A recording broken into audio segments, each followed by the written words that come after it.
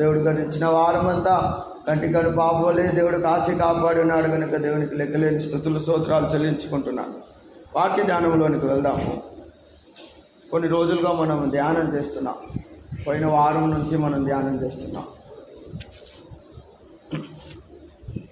పరలోకమందున్న గ్రంథము. పరలోకమందున్న గ్రంథము. ఒక మనిషి జీవితం గురించి దేవుడు ఏం చేస్తుంటాడు? లెక్కిస్తూ ఉంటాడు, రాస్తూ ఉంటాడు. ఒకటి జీవగ్రంథము, ఒకటి గొర్రెపిల్ల జీవగ్రంథము, ఒకటి జ్ఞాపకార్థ గ్రంథం.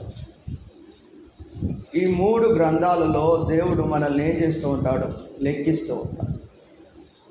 మనం ధ్యానం చేస్తున్నాము జీవగ్రంథం. జీవగ్రంథములో ఎవరి పేర్లు లెక్కింపబడతాయి? మొదటిగా మనం చూసాం, ఎవరి పేర్లు లెక్కింపబడతాయంట? రక్షణ పొందుకున్న వారి పేర్లు లెక్కింపబడతాయి. మనం రక్షణ పొందుకున్నాము అంటే మన పేరు ఎక్కడున్నది? జీవగ్రంథం. మనం ఎక్కడి నుంచి ఎక్కడికి దాటాము? మరణములో నుండి జీవములోనికి దాటాము. వాక్యంలో మనం చదివాము. ఎక్కడ అది?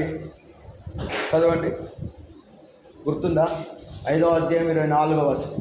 యోహాను సువార్త 5వ అధ్యాయము 24వ వచనం.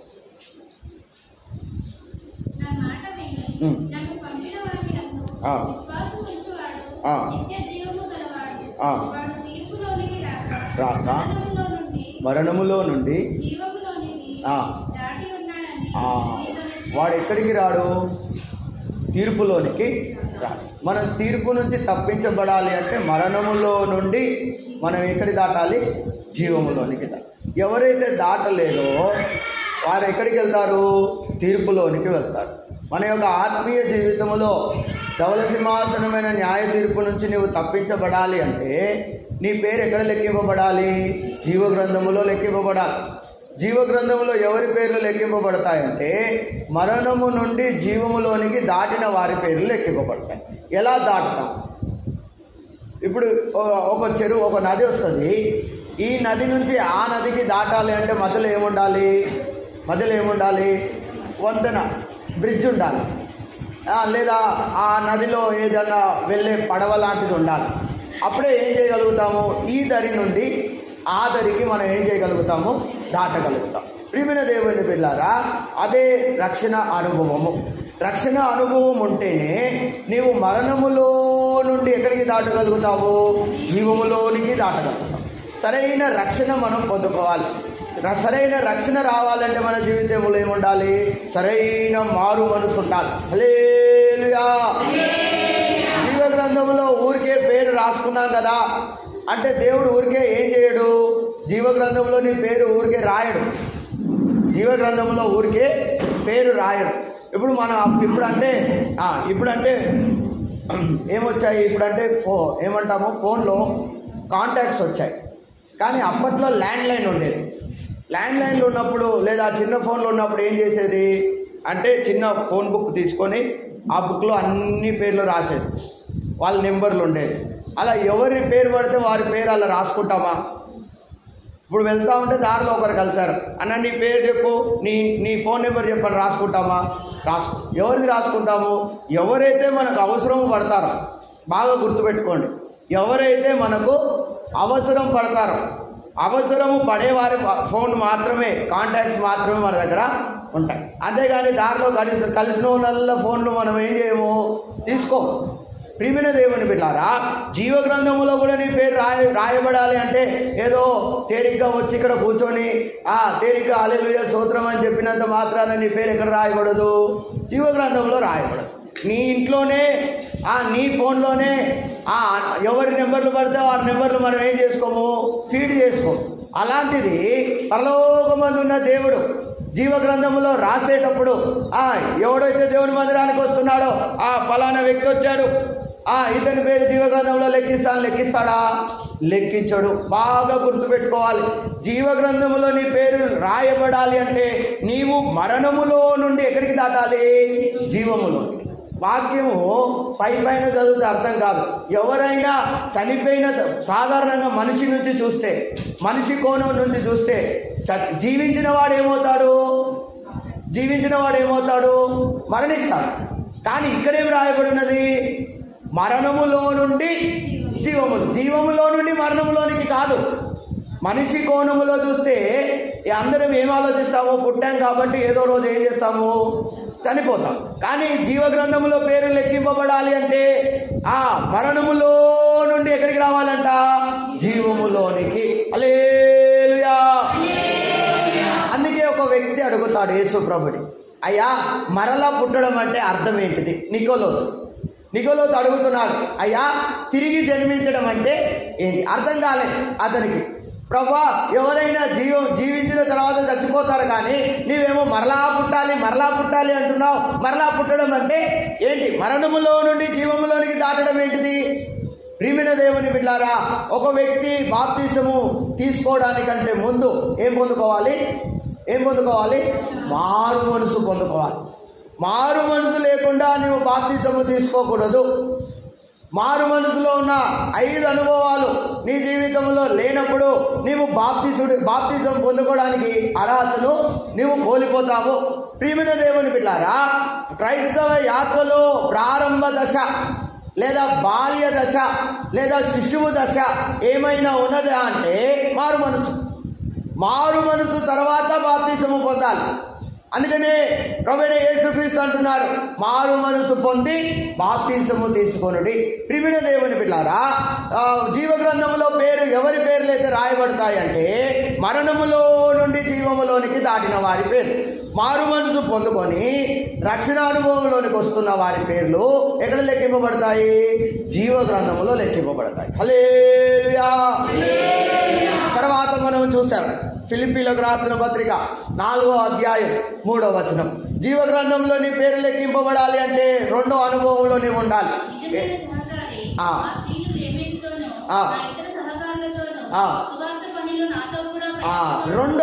రెండో అనుభవం ఏమని చెప్పాము? సహకారం. దేంట్లో?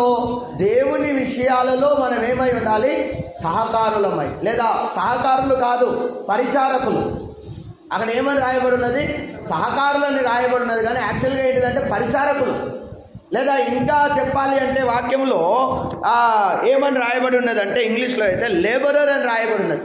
అంటే ఏంటిది? ప్రయాసపడడం. లేబర్కి అచ్చమైన తెలుగు పదం ఏంటిదంటే ప్రయాసపడడం. సహకారము కాదు, పరిచర్య కాదు, ఏం పడడము? ప్రయాసపడడం.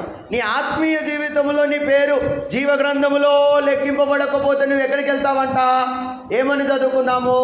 మొదటిగా యోహాను సువార్త 5వ అధ్యాయం 24వ వచనంలో ఏమని చదివాము? జీవగ్రంథములో మన పేరు లెక్కింపబడకపోతే మనం ఎక్కడికి వెళ్తాము? తీర్పులోనికి వెళ్తాం. ఎక్కడికి వెళ్తాము? తీర్పులోనికి వెళ్తాం. ఇప్పుడు చూడండి, ఏదైనా చిన్న కేసు అయింది, చిన్న కేసు అయింది. కేసు వేశారు, మనం వాళ్ళ మీద కేసు వేసాం. ఏం చేసుకుంటాము? కోర్టు దాకా పోయేదాకా చూసుకుంటామా? ఏం చేసుకుంటాము? అక్కడికే పోలీస్ స్టేషన్లో పోయి అటు నలుగురు ఇటు నలుగురు వచ్చి ఏం చేసుకుంటారు? అక్కడక్కడే దాన్ని ఏం చేసుకుంటారు? సెటిల్ చేసుకుంటారు. కానీ మేము కోర్టుకు పోతాం, మేము కోర్టులో తెలుసుకుంటాం అని ఎక్కువ శాతం మంది ఎవరైనా ఆలోచిస్తారా? ఎందుకు? అది ఎన్ని రోజులు పడుతుందో తెలియదు. వాళ్ళు రెండవది, ఆ కోర్టులో మనం నిలబడమో తెలియదు. అక్కడ కోర్టుకు పోయినాక నానా తంటాలు ఉంటాయి, సాక్ష్యాలు తెచ్చుకోవాలి, ఏం జరిగిందో మళ్ళీ ప్రారంభం నుంచి చేయాలి. ఈ లోపు ఏం జరుగుతుందో ఎవరికి తెలియదు. అందుకని ఏం చేస్తావు? ఏదున్నా పోలీస్ స్టేషన్ వరకే. ఇంకా ఎక్కువైతే పోలీస్ స్టేషన్ బయటనే, పోలీస్ స్టేషన్ దాకా కూడా పోము. ఎందుకు? మనకు ఆ తీర్పు మీద ఏముంది? భయం ఉంది. హల్లెలూయా. ఈ న్యాయ వ్యవస్థ మీద భయం ఉంటుంది. అందుకనే ఇక్కడ ఆ తీర్పు నుంచి నీవు తప్పించబడాలి. ఒకవేళ నీవు తీర్పులోకి పోయిన తర్వాత దేవుడు ఇంకా కొన్ని గ్రంథాలు తెరుస్తాడు. ఈ 3 గ్రంథాలే కాక ఇంకా కొన్ని గ్రంథాలు తెరుస్తాడు. అందులో గనక చిన్న తప్పున్నా దేవుడు మనల్ని దోషిగా ఎంచుతాడు. అందుకనే చాలామంది క్రైస్తవులు ఏమి విశ్వసించాలి అంటే, నేను ఎక్కడికి వెళ్ళకూడదు? తీర్పులోనికి వెళ్ళకూడదు. ఏమున్నా ఈ కృపాకాలములోనే. ఈ కృపాకాలంలో దేవుడు ఏం చేస్తాడంటే క్షమిస్తాడు. ఈ కృపాకాలం అంతములోనికి మనం వచ్చాం. ఏమున్నా ఇక్కడే సెటిల్ చేసుకోవాలి. అంతేగాని నేను తీర్పులోకి పోతా, నేను తర్వాత రాకడ తర్వాత నేను మూడో పునరుద్ధానంలో ఎత్తబడతా అంటే అప్పుడు మూడో పునరుద్ధానంలో ఎత్తబడే వారందరూ ఎక్కడుంటారు? తీర్పులో ఉంటారు. అప్పుడు దేవుడు ధవల సింహాసనమైన న్యాయ తీర్పు సింహాసనం మీద ఏమంటారు జడ్జిగా కూర్చొని ఉంటాడు, న్యాయవాదిగా కూర్చొని ఉంటాడు. అప్పుడు ఒకవైపు ఎవరున్నారంట? గొర్రెలు ఉన్నాయి. మత్తయి సువార్తలో చదువుతున్నా. ఒకవైపు ఏమున్నాయి? మేకలు ఉన్నాయి. గొర్రెలు నీతిమంతులకును మేకలు దుష్టులకును సాదృశ్యముగా చెప్తున్నాడు. ప్రియమైన దేవుని బిడ్డలారా, మనము తీర్పులోనికి పోయేదాకా మనము చూడకూడదు. హల్లెలూయా. ఎవరి పేర్లైతే జీవ గ్రంథములో రాయబడతాయో వారు ఎక్కడికి పోరు? తీర్పులోనికి పోరు. అంటే వారు ఏమవుతారంటే రాకడలో ఎత్తబడతారు. హల్లెలూయా. ఇప్పుడు రాకడలో నీవు ఎత్తబడలేదంటే నీ పేరు జీవ గ్రంథంలో లేదు. జీవ గ్రంథంలో లేదంటే నువ్వు ఎక్కడికి పోతావు? తీర్పులోనికి పోతావు. తీర్పులోనికి పోయిన తర్వాత దేవుడు ప్రతిదీ ఏం చేస్తాడు? క్షుణ్ణముగా పరిశీలిస్తాడు. కొంచెము తప్పు కనబడినా తీసి ఎక్కడ పడేస్తాడు? పక్కన పడేస్తాడు. అందుకనే ప్రియమైన దేవుని బిడ్డలారా, నీ ఆత్మీయ ఎప్పుడన్నా దేవుడు సమయం ఇచ్చినప్పుడు మనం ధ్యానం చేద్దాం. మన తరపున తీర్పులో నిలబడ్డప్పుడు మన తరపున ఏమంటాం? సాక్ష్యాలు ఎవరో తెలుసా? తీర్పులో నిలబడినప్పుడు సాక్షులు ఇప్పుడు జడ్జి దగ్గర నిలబడ్డప్పుడు నీ తరపున సాక్ష్యాలు తెచ్చుకోండి అని చెప్తాడు. పరలోకమందు మన తరపున సాక్ష్యాలు ఎవరో తెలుసా? నీళ్ళు. మొదటిగా సాక్ష్యం ఎవరు? నీళ్ళు. ఎందుకంటే నువ్వు మునిగింది ఎక్కడా? నీళ్ళలో మునిగావు. ఏమని మునిగావు? ప్రభువా, ఇక జీవించుతున్నది నేను కాదు, నీ కొరకే, క్రీస్తు కొరకే నేను జీవించుతున్నాను అని పాపాలన్నీ ఒప్పుకొని అందులో మునిగావు కదా. తీర్పులోనికి పోయిన తర్వాత దేవుడు సాక్షిని పిలుస్తాడు. ఏ సాక్షిని? నీళ్లను. నువ్వు ఎక్కడైతే తీర్మానం చేసుకున్నావో ఆ ప్రదేశము నీకు సాక్ష్యముగా కనబడుతుంది. ప్రభువా, వీడు తీర్మానం చేసుకున్న రోజు నుంచి అన్ని తప్పులే చేశాడు. రెండవదిగా నీలో ఉన్న ఆత్మ సాక్ష్యం చెప్తుంది. రెండోదిగా ఎవరు సాక్ష్యం చెప్తారు? నీలో ఉన్న ఆత్మ. ఇలా మూడు విషయాలు. మూడోదిగా నీలో ఉన్న మనసాక్షి సాక్ష్యం చెప్తుంది. ప్రియమైన దేవుని బిడ్డలారా, అక్కడ నా సాక్ష్యం చెల్లదు. అయ్యో నేను సేవకుని కదా, అయ్యా ప్రభువా పోనీలే రానీలే అని నేను చెప్పడం కుదరదు. దేవుడు ముగ్గురు సాక్షులను పెట్టుకున్నాడు.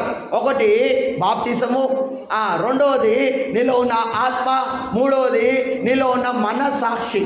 ఇవి మూడు ఏం చేస్తాయంటే తీర్పులోనికి వెళ్ళిన తర్వాత అక్కడ అవి క్లియర్గా చెప్తాయి దేవుని ఎదుట. అందుకనే ప్రియమైన దేవుని బిడ్డలారా, ఎప్పుడైనా దేవుడు మన కృపను అనుగ్రహిస్తే ధ్యానం చేద్దాం, వాక్యంలోనికి వద్దాం. జీవ గ్రంథములో రాయబడిన పేర్లు ఎవరి పేర్లు? మరణములో నుండి జీవములోనికి దాటబడిన వారి పేర్లు రాయబడతాయి. ఎవరైతే జీవ గ్రంథంలో రాయబడతారో వారు ఎక్కడి నుంచి తొలగిపోతారు? తీర్పులోనికి వెళ్ళదు. వాక్యములో మనం చదివి ఉన్నాం. రెండో అనుభవములో మనం ఉండాలి. మొదటి అనుభవము రక్షణ అనుభవము. రక్షణ ఎలా తీసుకోవాలి? రక్షణ అనుతోనే పోయి చాలామంది ముంచి తీస్తూ ఉంటారు. మారు మనసు లేకుండా మనం బాప్తిజం తీసుకోవద్దు. ఏం లేకుండా? మారు మనసు లేకుండా మనం ఏం తీసుకోకూడదు? బాప్తిజము తీసుకోకూడదు. రెండోదిగా మనం చూసాము, జీవ గ్రంథంలో నీ పేరు ఉండాలంటే ఏం చేయాలి? ఫిలిప్పీ రాసిన పత్రికలో నీలో ఏముండాలి? ప్రయాసం. అక్కడ ఏమని రాయబడి ఉంది? అక్కడ వాక్యంలో ఏమని రాయబడి ఉంది? సహకారం. దాన్ని అండర్లైన్ చేసుకొని పక్కన ప్రయాసం అని పెట్టుకోండి. ఏం చేసుకోవాలి? ప్రయాసపడాలి. దేవుని సేవ కొరకు ప్రయాసపడాలి. పరిశుద్ధులతో నిలబడడానికి ప్రయాసపడాలి. నిన్న శుద్ధీకరణ కూటాల్లో మనం చూసాము, పిలాతు నిలబడడానికి ప్రయాసపడ్డాడా? ఏం చేశాడు? చేతులు కడుక్కున్నాడు. నాకెందుకు తీ గోస, ఈయన వేసుకొని సిలువ, ఈయన నీతిమంతుడని తెలుసు, ఈ నిరపరాధ రక్తముని నేను అర్పిస్తున్నానని తెలుసు, నాకు ఇదంతా వద్దని ఏం చేసుకున్నాడు? చేతులు కడుక్కున్నాడు. అంటే తనకేం లేదు? క్రీస్తు కొరకు ప్రయాసపడే అనుభవం లేదు. హల్లెలూయా, హల్లెలూయా. నీ ఆత్మీయ జీవితంలో నీవు క్రీస్తు కొరకు ఏం పడాలి? ప్రయాసపడాలి. ప్రియమైన దేవుని బిడ్డలారా, ప్రయాసపడే టైంలో ప్రయాసపడకపోతే మనం ఏమైపోతాము? యోగ్యులమైనగా మార్చబడలేము. ఇప్పుడు పిల్లలు ఉన్నారు, చిన్నప్పటి నుంచి పిల్లల్ని స్కూల్కి పంపిస్తూ ఉంటాం. వాళ్ళు ఏం పడాలి? అప్పుడు కష్టపడాలి, ప్రయాసపడాలి. వాళ్ళు ఆ స్టేజ్లో ఏం పడాలి? కష్టపడాలి, ప్రయాసపడాలి, చదువుకోవాలి. అప్పుడే రేపు వాడు ఏమవుతాడు? ప్రయోజకుడు అవుతాడు. అప్పుడే వాడు రేపటి దినాన ఆ కుటుంబాన్ని సరిగా చూసుకోగలుగుతాడు. చిన్నప్పటి నుంచి ఏదో గాలి తిరుగుకుంటూ డుమ్మాలు కొట్టుకుంటూ ఎగ్గొట్టుకుంటూ ఇష్టం వచ్చినట్టు చదివితే వాడు ప్రయోజకుడు అవుతాడా? ఇప్పుడు ఒకడు ప్రయోజకుడు కావాలి అంటే వెనకేముంది? ప్రయాసం ఉంది. హల్లెలూయా. ఇప్పుడు నీ పేరు జీవగ్రంథంలో రాయబడాలి అంటే వెనకేముంది? ప్రయాసము. ఏంటిది ప్రయాసము? ప్రియమైన దేవుని బిడ్డలారా, ఈ ప్రయాసము లోకములో పడే ప్రయాసం కాదు. ఈ ప్రయాసం అక్కడ చెప్పబడిన ప్రయాసము లోకములో పడే ప్రయాసం గురించి చెప్పబడలేదు. వాళ్ళు ఎవరితో ప్రయాసపడ్డారు? చదవండి మాట, ఫిలిప్పీలకు రాసిన పత్రికలో.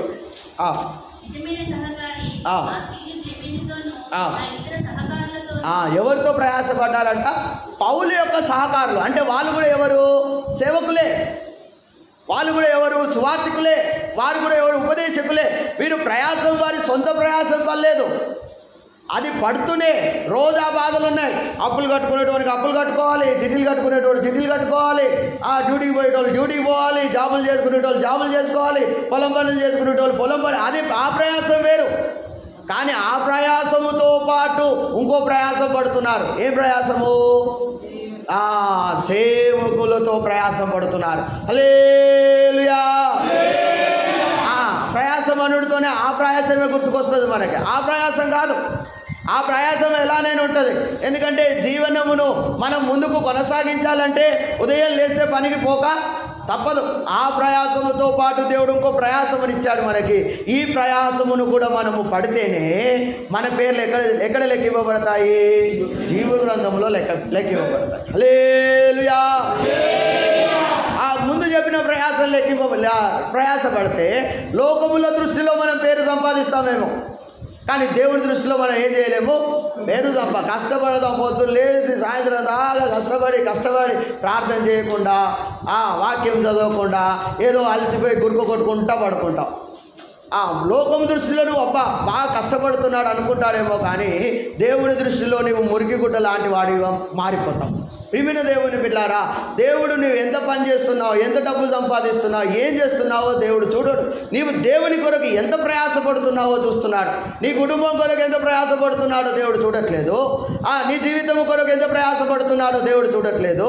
నీవు దేవుని కొరకు ఎంత ప్రయాసపడుతున్నావో దేవుడు చూస్తున్నాడు. ఎందుకంటే మనము రక్షణలో అదే తీర్మానం చేసుకున్నాం.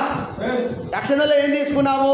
ప్రభా, నాకు నేను ప్రయాసపడతాను ప్రభా, ఈ రోజు నుంచి నా కొరకు నేనే జీవిస్తానని నువ్వు తీర్మానం చేసుకున్నావా? లేదు. ఏమని తీసుకున్నాము? నీ కొరకు నేను జీవిస్తా. అందుకనే ఆ ప్రయాసం మనము కలిగి ఉండాలి. మూడోదిగా మనం చూసాం. మూడోదిగా చెప్పాను, చదవండి. ప్రకటన గ్రంథం 3వ అధ్యాయం 5వ వచనం చెప్పాను అనుకుంటుంది. చదవండి.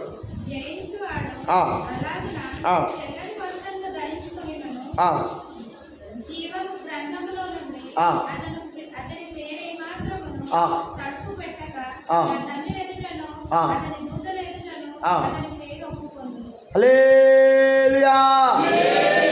మూడోదిగా జీవ గ్రంథంలో ఎవరి పేర్లు రాయబడుతున్నాయంట? ఎవరి పేర్లు? జయించిన వారి పేరు. మూడో అనుభవం, నీ పేరు జీవ గ్రంథంలో ఉన్నదా లేదా అని అక్కడికి పోయినాక చూసుకొని అవసరం లేదు. ఇక్కడ ఒకసారి నీ లోపల సరైన మారు మనసు ఉన్నదా లేదా చూసుకుంటే సరిపోతుంది. ఇక్కడే అర్థమైపోతుంది. నీవు అక్కడ నిలబడతావో నిలబడవు. నీ ప్రయాసము సేవకులతో కలిసి సేవ నిమిత్తము ఆత్మీయ విషయాలలో నీవు ప్రయాసపడుతున్నావా లేదా అని ఒకసారి నీ జీవితాన్ని పరిశీలించుకుంటే సరిపోతుంది. నీవు అక్కడికి పోయినాక ముఖము వికారము చేసుకొని చిన్నపుచ్చుకోవాల్సిన అవసరము లేదు. ఇక్కడే అర్థమైపోతుంది. నేను ఏ రోజు నా పనుల కొరకే ప్రయాసపడ్డా, దేవుని పనుల కొరకు ఏ రోజు నేనేం చేయలేదు, ప్రయాసపడలేదు. నా పేరు ఎక్కడ ఉండదు? జీవ గ్రంథంలో ఉండదు. మూడోదిగా చెప్తున్నాడు, జయించిన వాడు. ఎవరిది అంట? మూడోదిగా మూడో అనుభవం ఏముండాలి? జయ జీవితం ఉండాలి. మూడో అనుభవం ఏముండాలి? జయ జీవితం ఉండాలి. నీ పేరు జీవ గ్రంథంలో రాయబడాలి అంటే, తీర్పులో నుంచి నువ్వు తప్పించబడాలి అంటే నీ పేరు ఎక్కడుండాలి? నీలో ఏముండాలి? జయ జీవితం ఉండాలి. అందుకనే జయించిన వారు ఏమి స్వతంత్రించుకుంటారంట? తండ్రి సింహాసనమును స్వతంత్రించుకుంటారు. జయించిన వారిని దేవుడు ఏం చేస్తాడంట? తండ్రి ఎదుట ఒప్పుకుంటాడంట. అదే మాట మనం చదివాం ఇందాక. చదవండి.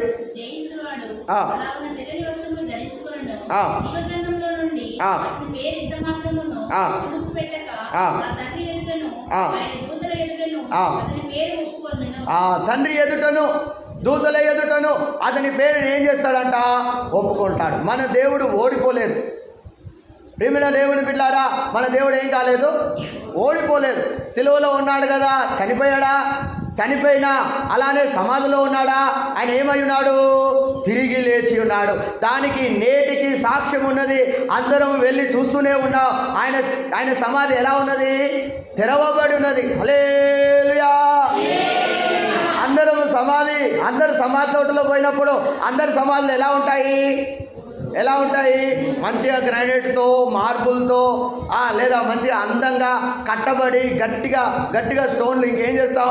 పెట్టిన తర్వాత దాని మీద ఏం పరుస్తాం? ఇంకా బండలు పరుస్తాం. ఇంకేం పరుస్తాము? బండలు పరుస్తాం. ఏమో అది పైకి లేచి వచ్చి మనల్ని తిన్నట్టు. దాని మీద బండలు పరుస్తాం. దాని మీద గోడలు కడతాం. పైన ఇంకా గ్రానైట్లు వేస్తాం, మార్బుల్ వేస్తాం, అన్ని బాగా చేస్తాం. కానీ ఒక సమాధి ఉన్నది. ఆ సమాధి ఏమై ఉన్నది? తెరవబడి ఉన్నది. హల్లెలూయా.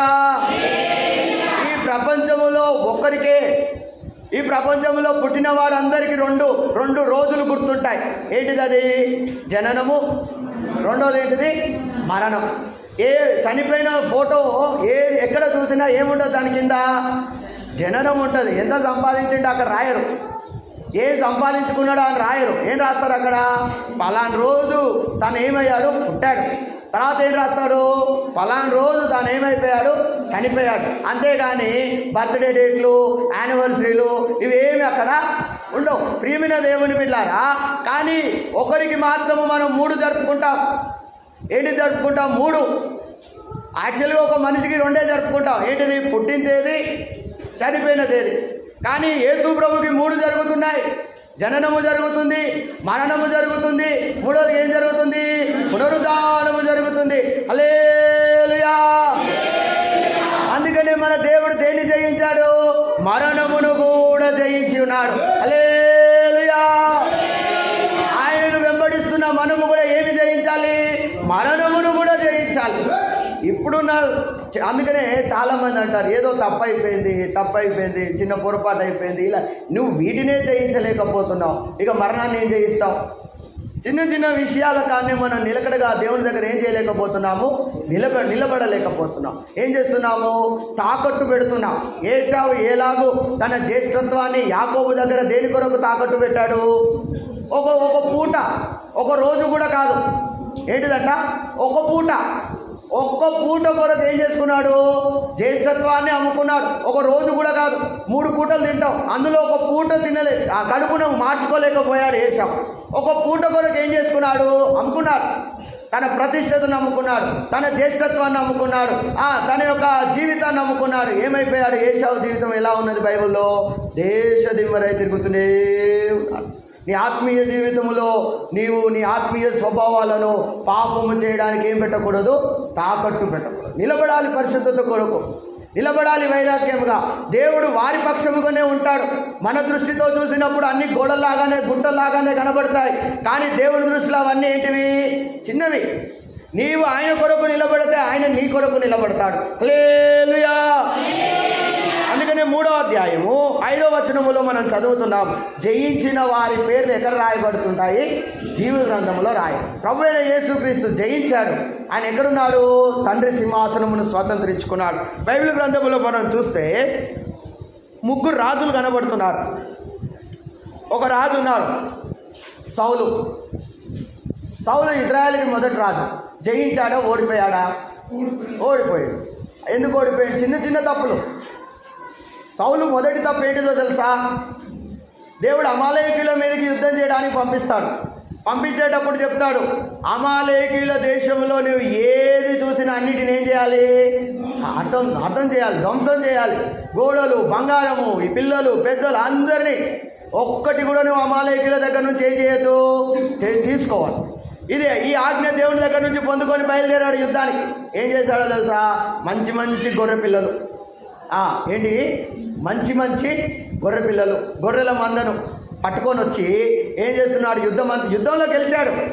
యుద్ధంలో అయితే గెలిచాడు, కానీ ఆ గొర్రెల మందలను ఏం చేయలేదు, హతమార్చలేదు. ఆ గొర్రెల మందలన్నీ తీసి బాగా తినుకుంటూ కూకున్నాడు. ప్రియమైన దేవుని బిడ్డలారా, ఓడిపోయాడు. అమాలేకుల మీద గెలిచిన తర్వాత ఫిలిష్తీన్ల మీద యుద్ధం వచ్చింది. ఫిలిష్తీన్ల చేతులు ఏమైపోయాడు, ఓడిపోయాడు. నీ ఆత్మీయ జీవితంలో చిన్న చిన్న విషయాల కొరకు నీవు దేవుని దగ్గర ఏం పడకూడదు, దేవుని విషయాలలో నువ్వేం పడకూడదు, రాజీ పడకూడదు. చిన్న చిన్న విషయాల కొరకు నీవు ఏం పడకూడదు, దేవుని విషయంలో రాజీ పడకూడదు. అందుకనే వాక్యంలో మనము చదివి ఉన్నాం, జయించిన వారు. ఈ రాజు, మొదటి రాజు అయిన సౌలు ఏం చేయలేకపోయాడు, జయించలేకపోయాడు. రెండో రాజు వచ్చారు, దావీదు. రెండో రాజు ఎవరు, దావీదు. ఈ దావీదు కూడా ఏం చేశాడు, అన్నిటినీ జయించాడు, కానీ దేన్ని జయించలేదు, లోపల ఉన్న సమాధానమును జయించలేదు. లోపల ఉన్న దేన్ని జయించలేదు, సమాధానమును జయించలేదు. అందుకనే ప్రియమైన దేవుని బిడ్డలారా, మూడో రాజు కనబడుతున్నాడు. అతని పేరేంటిదంటే సాలొమోను. సాలొమోనుకి ఎవరు లేరని వాక్యము సెలవిచ్చుచున్నది. సాలొమోనుకి శత్రువులే లేరు. మొదటి రాజుల గ్రంథం 5వ అధ్యాయము 4వ వచనం. సాలొమోనుకి ఎవరు లేరు, శత్రువులే లేరు. సౌలుకున్నారు, రెండోది ఎవరుకున్నారు, దావీదుకున్నారు. కానీ సాలొమోను దగ్గరికి వచ్చేసరికి సాలొమోనుకి ఎవరు లేరంట, శత్రువులు లేరు. చదవండి 3వ అధ్యాయం 3.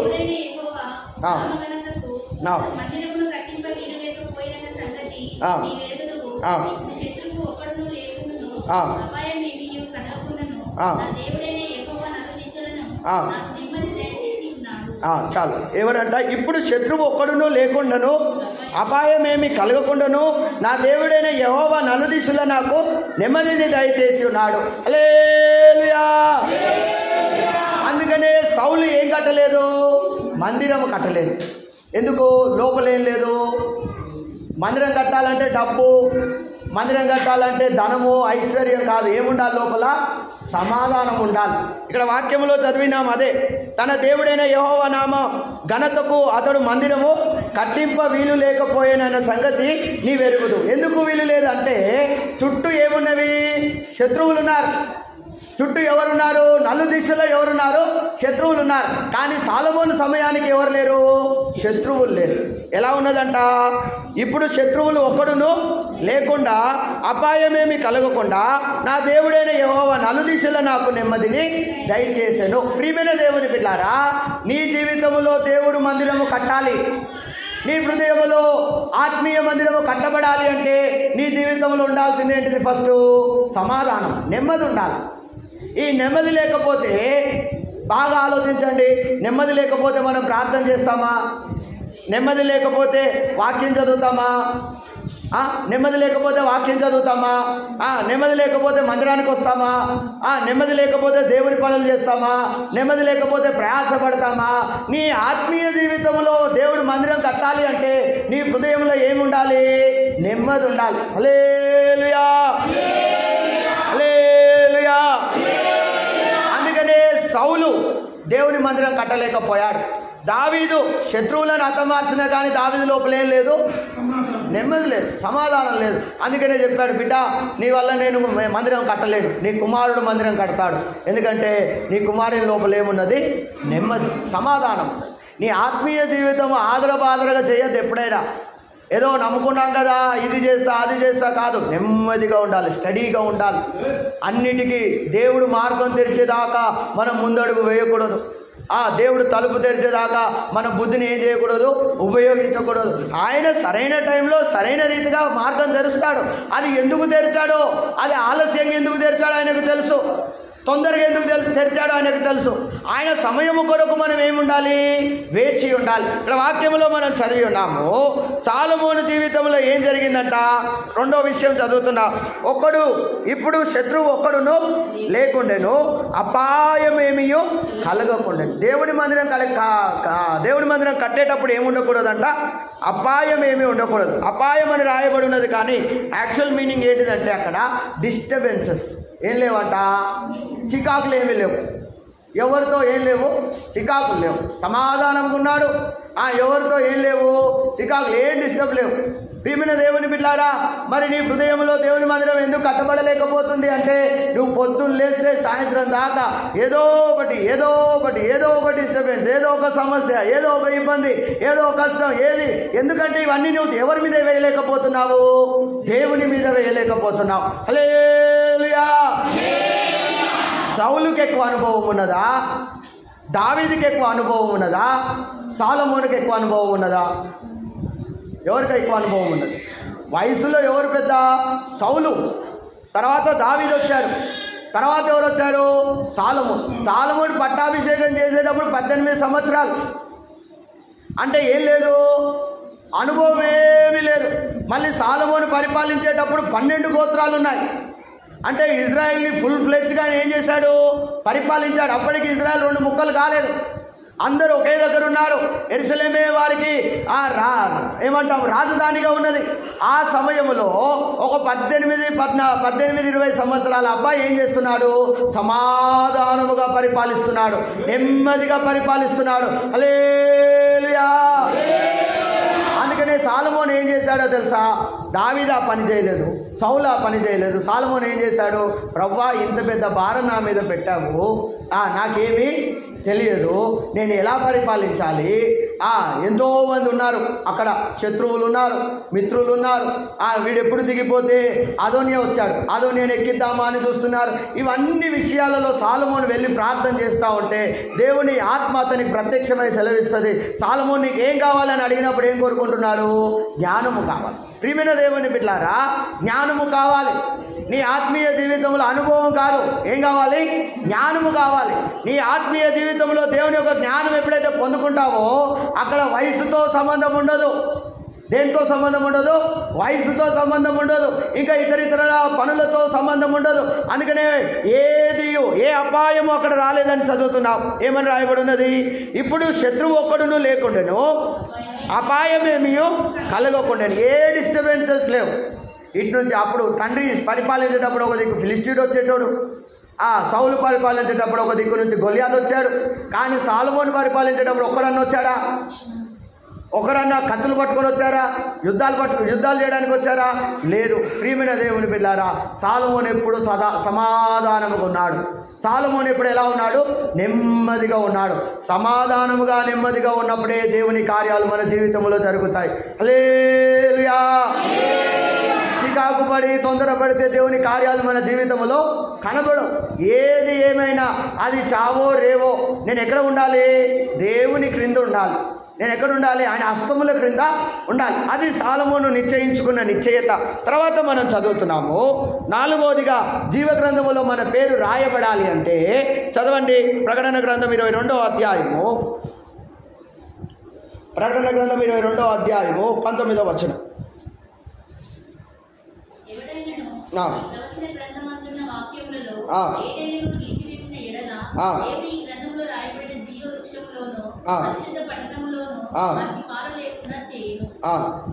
దేవుడి గ్రంథములో వ్రాయబడిన జీవవృక్షములోను పరిశుద్ధ పట్టణములోను వాటికి పాలు లేకుండా చేయి. 3వదిగా మనం ఏం చేయకూడదు? ఏం చెప్తున్నాడు? ఈ ప్రవచన గ్రంథమందున్న వాక్యములలో ఏదైనాను ఏం చేయకూడదంట? మ్యానిపులేట్ అంటాం ఇంగ్లీష్లో. ఏంటి దాన్ని? మ్యానిపులేట్ చేయడం. అక్కడిక్కడ మనం చదివినట్టు వాక్యాన్ని ఏం చేయొద్దు, ఉన్నది ఉన్నట్టే బోధించాలి, ఉన్నది ఉన్నట్టే పాటించాలి. ప్రియమైన దేవుని బిడ్డలారా, అంతేగాని వాళ్ళు ఇలా చేస్తున్నారు కదా, మేము కూడా ఇలా చేస్తాం, వీళ్ళు ఇలా చేస్తున్నారు కాబట్టి మనం కూడా చేస్తే తప్పు కాదు. వాళ్ళకంటే మన సేవ పెద్దదా, లేదా వాళ్ళకంటే మనము పెద్దోళ్ళమా? కాదు. అందరము ఒకే స్టాండర్డ్లో ఉన్నాం, అందరము ఒకటే పాటిస్తున్నాము. అదే జీవ గ్రంథమును మనం పాటిస్తూ ఉన్నాం. హల్లెలూయా. ఈ వాక్యము ఆది యందు వాక్యం ఉండేది. ఈ వాక్యం ఇప్పుడు ఉన్నది కాదు, లేదా మన సేవకులు పుట్టినప్పుడు ఉన్నది కాదు. ఈ వాక్యం ఎప్పుడున్నదంట? ఆది యందు వాక్యం ఉండేది. అంటే భూమి ఇంకా పుట్టక ముందే వాక్యం ఉన్నది. ప్రియమైన దేవుని బిడ్డలారా, ఆ వాక్యానికి మనం ఏం చేస్తాము? నచ్చిన కాడికి కట్ చేస్తాం. నచ్చిన కాడికి ఏం చేస్తాము? కట్ చేస్తాం. నచ్చని ఏం చేస్తాము? పక్కన పెడతాం. నచ్చంది ఏం చేస్తాము? పక్కన పెడతాం. నచ్చిన కాడికి ఏం చేసుకుంటాము? మంచిగా కట్ చేసి మంచిగా కొటేషన్లు పెట్టుకుంటాం. దాని కిందే ఇంకో వాక్యం ఉంటుంది. దాని కింద ఏముంటుంది? అసలైన వాక్యం కింద ఉంటుంది. ఆయన నేను నిన్ను ఆశీర్వదిస్తాను, అదొక్కటి బాగా కనబడుతుంది. దాన్ని మంచిగా కట్ చేసి మంచిగా ఫ్రేమ్ చేస్తాం. దానిపైన ఏముంటుంది? నీవు నా ఆజ్ఞలను నీవు నా ఎదుట యథార్థంగా ఉన్నప్పుడు నేను నిన్నేం చేస్తాను? ఆశీర్వదిస్తాను. ఇది వాక్యం. కానీ మనకు కనబడిన వాక్యం ఏంటిది? నేను నిన్ను ఆశీర్వదిస్తా. దానిపైనే చెప్పాడు దేవుడు ఎట్లా ఆశీర్వదిస్తాడని. నీవు నా ఆజ్ఞలన్నిటిని పాటించినప్పుడు, నేను చూపించే మార్గములు అన్నిటిలో నువ్వు వెళ్ళినప్పుడు నేను నిన్నేం చేస్తాను? ఆశీర్వదిస్తాను. ప్రియమైన దేవుని బిడ్డలారా, దీన్ని ఏమంటామంటే వాక్యాన్ని ఏం చేయడము? తీసివేయడం. వాక్యంలో ఏమంటారు? తీసివేసిన ఎడలా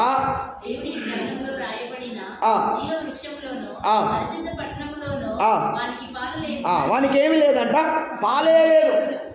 ప్రియమైన దేవుని బిడ్డలారా, వాక్యాన్ని ఏదో ఒకటి మనం ఏం చేయాలి? వాక్యాన్ని ఉన్నది ఉన్నట్టుగా ఏం చేయాలి? బోధించాలి. అంత మాత్రమే కానీ విశ్వాసుల కొరకో లేదా ఇంకెవరినో ఏం చేయడమో ఆకర్షించడానికో మన వాక్యాన్ని బోధించుకుంటూ కూర్చుంటే మనం ఎక్కడికి పోము? మన పేర్లు ఎక్కడ ఉండవు? వాళ్ళు పోయే తర్వాత సంగతి. వాళ్ళు పోతే పోతారు, లేకపోతే లేదు. కానీ చెప్పేటోడు పోవాలి కదా. చెప్పేటోడు పోకపోతే ఎలా? వినేటోళ్ళు పోతే సమస్య లేదు, పోకపోయినా సమస్య లేదు. కానీ చెప్పేటోడు పోవాలి. ప్రియమైన దేవుని బిడ్డలారా, వినేవారి కొరకు వాక్యాలు కత్తిరించాల్సిన అవసరము లేదు. ఉన్నది ఉన్నట్టుగానే బోధించాలి. అది మనం చేసినా చేయకపోయినా వాక్యాన్ని అయ్యో నేను ఇలా జీవించలేదు కదా, ఎవరన్నా నన్నే ప్రశ్నిస్తారు కావచ్చు అని నా తప్పులు కప్పిపెట్టుకోవడానికి నేను వాక్యాన్ని కత్తిరిస్తే, నా తప్పులు కప్పిపెట్టుకోవడానికి నేను ఒక తప్పు చేశాను అనుకుందాం ఉదాహరణకి. ఆ తప్పు అందరికీ తెలిసిపోయింది. ఇప్పుడు అందరికీ ఆ తప్పు తెలిసిపోయింది. నేను ఇప్పుడు ఈ వాక్యం చెప్తే అందరు నన్ను ఏం చేస్తారు? ప్రశ్నిస్తారు. బైబిల్లో అలాంటి యాజకుడు ఒకరు ఉన్నారు, అహరోను.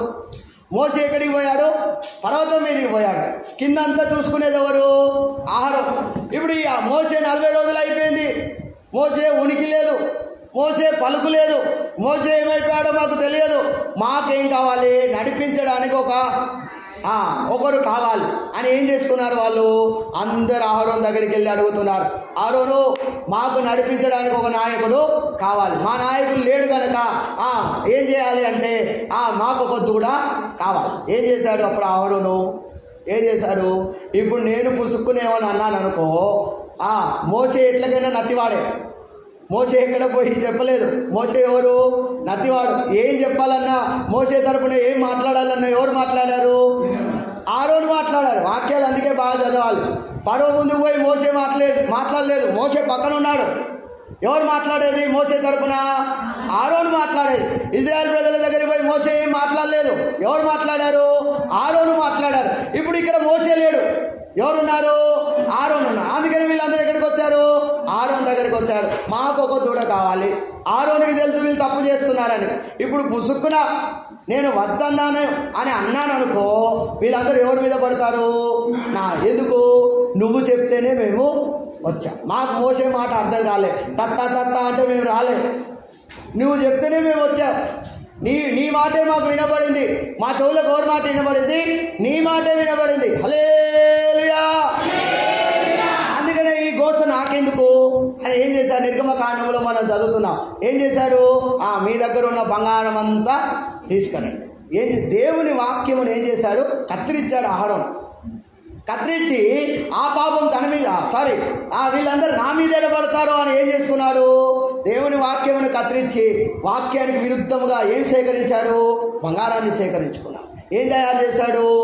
దూడను తయారు చేశాడు. ఎవరు? అహరోను. అహరోను ఎవరు? ప్రధాన యాజకుడు. హల్లెలూయా. మోసే నాయకుడు, అహరోను యాజకుడు. బాగా గుర్తుపెట్టుకోవాలి. మోసే ఎవరు? నాయకుడు. అహరోను ఎవరు? యాజకుడు. ఈ యాజకుడే ఏం చేశాడు? ఇప్పుడు దూడం చేశాడు. ఎందుకు? నేను వద్దంటే వీళ్ళందరూ నా మీద పడతారు. దేవుడు ఎక్కడున్నాడో తెలియదు, మోసే ఎక్కడున్నాడో తెలియదు. ఇప్పుడు నేనేం కావాలి? నేను బ్రతకాలి. ఇజ్రాయెల్లో ఏం చేసేవాళ్ళు అంటే రాళ్ళు పట్టుకొని వచ్చేది డైరెక్ట్. రాళ్ళు పట్టుకొని వచ్చి నా చిట్టుకుంటా శాపనార్థాలు పెట్టుకుంటూ రాళ్ళతో కొట్టేవాళ్ళు. అందుకనే స్టెఫెన్ ఎలా కొట్టారు? బైబిల్ గ్రంథంలో మనం చదువుతున్నాం. స్టెఫెన్ ఎలా కొట్టారు? రాళ్ళతో కొట్టారు. ఎన్నోసార్లు దావీదు మీదకి రాళ్ళు రువ్వినట్టు వాక్యంలో చదువుతున్నాం. ఎన్నోసార్లు మోషే మీదకి కూడా ఏం పట్టుకొని వచ్చారు? రాళ్ళు పట్టుకొని వచ్చారు. ఇప్పుడు బహుశా ఆరోన్ దగ్గర కూడా అలానే పోయి ఉంటారు. అందుకని ఆరోన్ భయపడిపోయి ఇది దేవునికి విరుద్ధమైనదని చెప్పకుండా ఏం చేశాడు? మీ దగ్గర ఉన్న బంగారం అంతా తీసుకెళ్ళి మీ దగ్గర ఉన్న బంగారం అంతా తీసుకెళ్ళి. ఈ రోజులో సేవకులు చేసేది ఇదే. ప్రియమైన దేవుని బిడ్డలారా, చూడండి, పెళ్ళిళ్ళల్లో మనకి ఇలాంటివి కనబడతాయి, బాగా కనబడతాయి పెళ్ళిళ్ళల్లో. క్రైస్తవుల్లో ఏం లేవు? నలుగు నీళ్ళు లేవు. ఇప్పుడు ఈ సేవకుడు పోయి అక్కడ ఏం చెప్పలేడు? ఏం చెప్పలేడు? నలుగు నీళ్ళు లేవు అని చెప్పలేడు. ఎందుకు? ఎన్నో కారణాలు ఉంటాయి. వీళ్ళు వేరే దగ్గరికి వెళ్తారేమో, లేదా వేరే సేవకుడు వచ్చి ఇక్కడ పెళ్లి జరిగిస్తాడేమో, ఎన్నో ఈ సేవకుడు మనసులో అనుకుంటాడు. అందుకనే ఏం చేస్తాడు? ఇక త్యాగం చేస్తాడు. ప్రియమైన దేవుని బిడ్డలారా, అది ఓన్లీ అక్కడే కాదు, ఇంకా చెప్పుకుంటూ పోతే చాలా విషయాలు ఉన్నాయి. హల్లెలూయా. కానీ వాక్యము ఎన్నటికీ సత్యం. అది నిన్న, నేడు, రేపు ఏకరీతిగా ఉంటుంది. మనం కట్ చేసినంత మాత్రాన అదేం కాదు, కట్ కాదు. మనం దాన్ని కట్ చేసి మన కడుపు నింపుకుంటాం అంతే. దాన్ని కట్ చేసి ఏం చేస్తావు? మన కడుపు నింపుకుంటావు. నువ్వు కట్ చేసినంత మాత్రాన అది కట్ కాదు. రేపు ఇంకొకటి వచ్చి అది పూర్తిగా చదివి చెప్తాడు. హల్లెలూయా, హల్లెలూయా. అందుకనే వాక్యాన్ని అందరూ ఎందుకు వ్యతిరేకిస్తారు? ఎప్పుడైనా ఆలోచించారా? వాక్యాన్ని అందరూ ఎందుకు వ్యతిరేకిస్తారు? ప్రవచనాలను ఎవరు వ్యతిరేకించరు. టీవీలో ప్రవచనాలు చెప్పేవాళ్ళు ఉంటారు. కూర్చొని పొద్దున ఇది చేయాలి, అది చేయాలని మైక్ ముందు పెట్టుకొని మంచిగా సింహాసనం మీద కూర్చొని ప్రవచనాలు వినేవాళ్ళు ఉంటారు. కానీ దేవుడి వాక్యాన్ని వినేవారు ఉండరు. ఎందుకు చెప్పండి? ఇప్పుడు ఒకడు తప్పు చేసేవాడు ఉన్నాడు, వాడిని పట్టుకొని వచ్చి కుర్చీలో కూర్చోబెట్టి బిడ్డ నువ్వు చేస్తున్న తప్పు అంటే వాడు ఒప్పుకుంటాడా? ఎందుకు? వాని మనసు ఏమైంది? నొచ్చుకున్నది. వాని మనసు ఏమైంది? గుచ్చుకున్నది. నేను చేసేది నువ్వు ఎలా తప్పు అంటావు? నీ జీవితం ఏమైనా బాగున్నదా? నేను తప్పు చేశాను అన్నాడు, నువ్వు నన్ను ఎలా తప్పు అంటావు? నువ్వేమైనా తప్పు నీ జీవితం ఏమైనా బాగున్నదా? ఇప్పుడు వాక్యం చెప్పేది కూడా అదే. వాక్యం మన దగ్గరికి వచ్చిన వెంటనే అది మనల్ని ఏం చేస్తుంది? గుచ్చుతుంది. గుచ్చిన దగ్గర మనం ఉండడం కష్టం. హల్లెలూయా. ఇప్పుడు ఎవరన్నా ఊరికే సూటిపోటు మాటలు మాట్లాడుతూ ఉన్నారనుకో, వాళ్ళతో మాట్లాడడానికి ఇష్టపడతామా? ఎప్పుడు చూడు అక్కడికి పోతే ఏదో ఒక మాట అంటాడు. ఎందుకు? వాక్యం కూడా మనల్ని అప్పుడప్పుడు కాదు, ఎప్పుడు అది ఏం చేయాలి? చదవాలి. అది ఎప్పుడు ఏం చేయాలి? గుచ్చాలి. అలాంటి వాక్యమునే మనం వినాలి. హల్లెలూయా. కానీ దాన్ని ఏం చేయొద్దు? కట్ చేయద్దు. మనకు నచ్చింది మనం తీసుకోవద్దు. మనకు బాధ కలిగించేది మనం తీసుకోవాలి. అందుకని అంటున్నాడు, నిన్న సాయంకాలం దినమున ఏం చదివాము? 2 భారాలు మన మీద ఉన్నాయి. 2 భారములు మన మీద ఉన్నాయి. 2 కాడీలు మన మీద ఉన్నాయి. ఒక కాడి ఎవరికి సంబంధించింది? మనకు మనం సంబంధించింది. ఒక కాడి సాతానుకు సంబంధించింది. ఒక కాడి దేవునికి సంబంధించింది.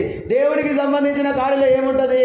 సంతోషం ఉంటుంది, సమాధానం ఉంటుంది, ఆనందం ఉంటుంది. అది మనం ఎలా మోస్తాము? సులువుగా మోస్తాం. ఎద్దు వేరే వాళ్ళ బండి మోయడానికి అది కష్టపడుతుంది. కానీ ఎద్దు మన బండి మోయడానికి దాంట్లో 100 బియ్య బస్తాలు వేసినా అది బాగా మోసుకుంటూ పోతుంది. దానికి సులువుగా అనిపిస్తుంది. ఎందుకంటే దానికి ఒక ఆనందం ఉన్నది.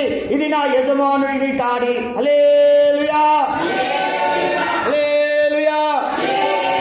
అందుకనే ప్రియమైన దేవుని బిడ్డలారా, ఎవరేమన్నా వాక్యం చెప్తే, నేను చెప్పినా కానీ బహుశా ఇంటికి పోయినాక ఒకసారి చదవండి.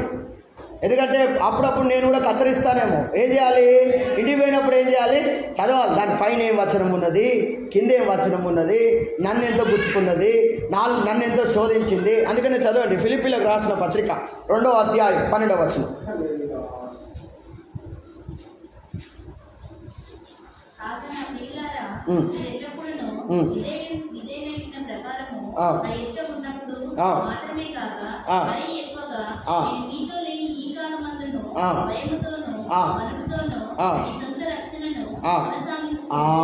జీవగ్రంథంలో పేరు రాయబడాలి అంటే ఆ జీవ గ్రంథంలో రాయబడిన పేరు కాపాడబడాలి అంటే ఆయన యొద్దకు వచ్చినప్పుడు మాత్రమే కాదు భక్తిని చూపించేది.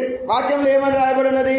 నా ఎదుట ఉన్నప్పుడు మాత్రమే కాక మరి ఎక్కువగా నేను మీతో లేని ఈ కాలమందును భయముతోను వణుకుతోను మీ సొంత రక్షణను ఏం చేయండి? కొనసాగించండి. ఎప్పుడు? దేవుని మందిరంలో మనల్ని ఎవడేం చేయలేడు. ఎందుకంటే మనం ఉన్నదే ఎక్కడ? దేవుని మందిరం. ఇక్కడ నువ్వు చూపి, ఇక్కడ నువ్వు పాటలు పాడాల్సిన అవసరం లేదు, ఇక్కడ నువ్వు గంతులేయాల్సిన అవసరం లేదు, ఇక్కడ నువ్వు ఏదో జయించినట్టు చేయాల్సిన అవసరం లేదు. బయట తలుపు దాటిన తర్వాత వస్తాడు, వాడిని జయించు. తలుపు దాటిన తర్వాత ఒక శోధకుడు వస్తాడు, వాడిని అప్పుడు జయించు. అక్కడ నీ ప్రతాపం చూపించు, అక్కడ నీ వరములను ఉపయోగించు, అక్కడ నీ అభిషేకాన్ని ఉపయోగించు. ఇది దేవుని మందిరమే. కానీ ఇక్కడ బలం పొందుకోవాలి. బలం పొందుకోకూడదని నేను చెప్పట్లేదు. ఇక్కడ మనం బలం పొందుకోవాలి, ఇక్కడ మనం సిద్ధపడాలి. కానీ ప్రతాపం అంతా ఎక్కడ చూపించాలి? బయట చూపించాలి. నువ్వు వాడిని ఎంత జయిస్తావో, నువ్వు ఎంత తట్టుకుంటావో, నీ నోటిని ఎంతగా చిక్కము వేసుకుంటావో. చిక్కమంటే తెలుసు కదా, దావీదు అంటాడు, ప్రభా నేను అపరాధమైన మాటలు మాట్లాడకుండా నా నోటికి ఏమయ్యి చిక్కమే. నువ్వు బయటికి వెనక నీ నోటికి చిక్కం వేసుకుంటావో, లేదా నీ నోటి నుంచి అనర్గళంగా మాటలు మాట్లాడతావో, అది నీ బయటికి వెళ్ళిన తర్వాత దేవుడు చూస్తున్నాడు. అందుకని అంటున్నాడు, మరీ ఎక్కువగా నేను మీతో లేని ఈ కాలమందు భయముతోనూ వణుకుతోనూ మీ సొంత రక్షణను ఏం చేసుకోండి? లోపల కాపాడుకోవాల్సిన అవసరం లేదు. ఇక్కడ నువ్వు భయభక్తులు చూపించినా చూపించకపోయినా ఆయన కేవలం దేవుని సన్నిధానములు ఉన్నంత మాత్రాన ఆయన చూడడం లేదు. ఆయన నువ్వు పడుకున్నది చూస్తున్నాడు, నువ్వు లేచింది చూస్తున్నాడు, నీవు నడిచింది చూస్తున్నాడు. ఆయన అన్నీ గమనిస్తూ ఉన్నాడు. ఆయన గమనించే దేవుడై ఉన్నాడు. గమనించే దేవుడు మాత్రమే కాదు, ఆయన ఏం చేస్తాడంట? ఎంక్వైరీ చేస్తాడు. ఏబేల్ని కయ్యోను చంపేసిన తర్వాత అడుగుతున్నాడు, కయ్యోను నీ తమ్ముడైనా ఏమంటున్నాడు? కయ్యోను నీ తమ్ముడైనా హేబేలు ఎక్కడ? ప్రియమైన దేవుని పిల్లారా, నీ తమ్ముడైన హేబేలు ఎక్కడ? నీ ఆత్మీయ జీవితంలో హేబేలు ఎక్కడా అని నువ్వు ఎప్పుడైనా కయ్యోను ఏమడుగుతున్నాడు? కయ్యోని దేవుడు ఏమడుగుతున్నాడు? నీ తమ్ముడైన హేబేలు ఎక్కడ? ఇప్పుడు దేవుడు మనకు ఒక వరమునిచ్చాడు, లేదా ఒక ఆత్మను, ప్రార్థన చేసే ఆత్మనిచ్చాడు. ఇప్పుడు దేవుడు ఏమడుగుతాడు? నేను నీకు ఇచ్చిన ప్రార్థన ఆత్మ ఎక్కడా? ఇప్పుడు ఉదాహరణకి 2 రోజులు శుద్ధీకరణ కూటాలకు వచ్చాం. దేవుడు ఎంతో మాట్లాడాడు, మనందరికీ తెలుసు. మనందరితో దేవుడు మాట్లాడాడు. రేపు బయటికి వెళ్ళిన తర్వాత దేవుడు అడుగుతాడు, నీకు ఆ రోజు చెప్పిన మాట మీద నువ్వు నిలబడ్డావా? ఆయన ఏమై ఉన్నాడు? ఎంక్వైరీ చేసే దేవుడై ఉన్నాడు. హల్లెలూయా, హల్లెలూయా. ఏదో ఇష్టం వచ్చినట్టు వస్తున్నాం పోతున్నాం అంటే సరిపోదు. ప్రియమైన దేవుని బిడ్డ, దేవుని రాజ్యం అతి సమీపముగా ఉన్నది. కృపాకాలము ముగింపబడే దశలో ఉన్నది. అందుకనే నీ జీవితాన్ని బాగా ఏం చేసుకోవాలి? పరిశీలించుకోవాలి, పరీక్షించుకోవాలి. ఆయన రాజ్యం ఎప్పుడు వస్తుందో ఎవరికి తెలియదు. కానీ ఆయన ఏం పెట్టి ఉన్నాడు? ఆయన రాజ్యం ఎప్పుడు వస్తుందో ఎవరికి తెలియదు. కానీ ఆయన ఏం పెట్టి ఉన్నాడు? సూచనలు పెట్టి ఉన్నాడు. ఈ సూచనలను చూస్తున్నప్పుడు మనం ఏమి తెలుసుకోవాలి? ఆయన రాకడ సమీపిస్తుందని మనం తెలుసుకోవాలి. ప్రియమైన దేవుని బిడ్డలారా, చాలా మంది అంటారు, బైబిల్లో ఉన్నది కదా, ఆయన ఎప్పుడు వస్తాడో ఎవరికి తెలియదు, దొంగ వలే ఆయన వస్తాడని రాయబడి ఉన్నది. ఆయన ఎప్పుడు వస్తాడో ఎవరు తెలియదు కదా, ఇప్పుడు మన పని మనం చేసుకుందాం అనడం కాదు. దేవుడు ఏం పెట్టి ఉన్నాడు? సూచనలు పెట్టి ఉన్నాడు. దేవుడు ఏం పెట్టి ఉన్నాడు? కాలాలను పెట్టి ఉన్నాడు. ఇప్పుడు ఇవన్నీ జరుగుతున్నప్పుడు మనం ఏం తెలుసుకోవాలి? ఆయన రాకడ అతి సమీపముగా ఉన్నదని మనము తెలుసుకోవాలి. హల్లెలూయా, హల్లెలూయా. నీ ఆత్మీయ జీవితంలో దేవుని రాజ్యానికి నువ్వు సిద్ధపడుతున్నావా? నీ పేరు జీవ గ్రంథంలో ఉందా? అందుకే నేను పోయిన వారం కూడా చెప్పాను, ఒకసారి పేరు రాయబడితే అది అలానే ఉండదు. ఏమవుతుందంట? తూడ్చబడుతుంది. ఏమవుతుంది? ఇప్పుడు స్కూల్లో జాయిన్ అయ్యారు పిల్లలు. స్కూల్లో పిల్లలు జాయిన్ అయిన తర్వాత నేను ఎందుకు ఇలా ఉదాహరణ చెప్తానంటే, మనం దేవుని నుండి పుట్టినవారు.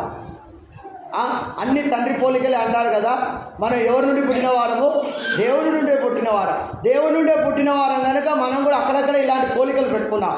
అందుకనే చూడండి, ఇప్పుడు స్కూల్లో జాయిన్ చేస్తాం.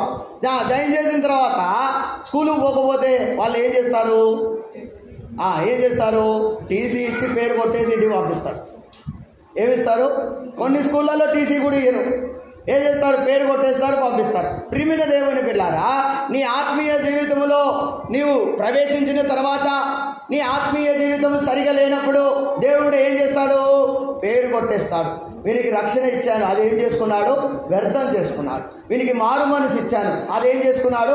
పాడు చేసుకున్నాడు. వీనికి మంచి సేవకులను ఇచ్చాను, కానీ ఏ రోజు వీడి వారితో ఏం చేయలేదు? ప్రయాసపడలేదు. వీడికి మంచి జయ జీవితముని ఇచ్చాను, ప్రార్థనలో వీడు ప్రార్థన చేస్తే ఏమంటాము? దేవుని ఆత్మ దిగి వచ్చేది. అలాంటి మంచి అభిషేకం ఇచ్చాను, కానీ ఏం చేయలేదు? ఉపయోగించుకోలేదు. జయ జీవితం లేదని కొట్టేస్తాడు. వీనికి మంచి ఉపదేశం ఇచ్చాను, కానీ వీనికి అనుకూలంగా ఉపదేశాన్ని ఏం చేసుకున్నాడు? మార్చుకున్నాడు. అందుకనే వీని పేరు ఎక్కడ ఉండదు? జీవ గ్రంథములో ఉండదు. దేవుడు రాస్తాడు, కానీ ఇవన్నీ చేయకపోయేసరికి ఏం చేస్తాడు? తీసివేస్తాడు. అందరం మోకరించి మన జీవితాన్ని పరిశీలించుకుంది. ప్రియమైన దేవుని బిడ్డారా, జీవ గ్రంథములో నీ పేరు రాయబడాలి.